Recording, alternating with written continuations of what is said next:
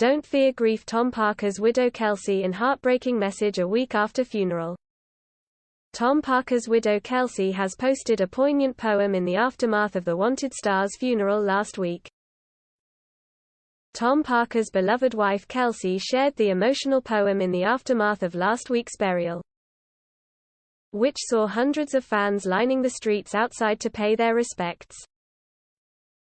The Wanted frontman died following a courageous 18-month battle with a brain tumor, and Kelsey's latest Instagram post hinted at her grief. The poem read, "Grief may feel like the dying of the soul, while the body still lives, but you are alive, my friend. And they are not, nor do they want you to be with them yet." She urged, "They very much want you to live.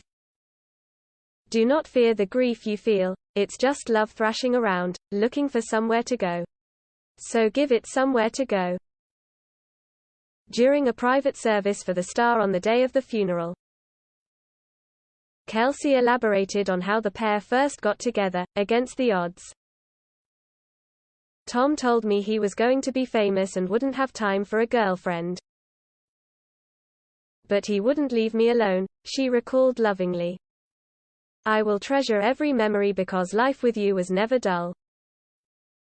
You were always coming up with songs, new game shows, and we all know how much you loved an invention.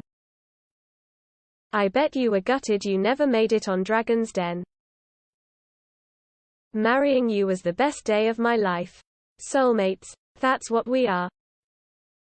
Tearful fans had lined up to watch the coffin as it was carried by bandmates Jay McGuinness, Max George, Shiva Kanaswaran and Nathan Sykes into the church. "Champagne Supernova" by Oasis was the song playing at the funeral, showcasing the star's love for the iconic 90s rock group. It was earlier revealed that Tom had even been listening to an Oasis song, Live Forever, when he died last month.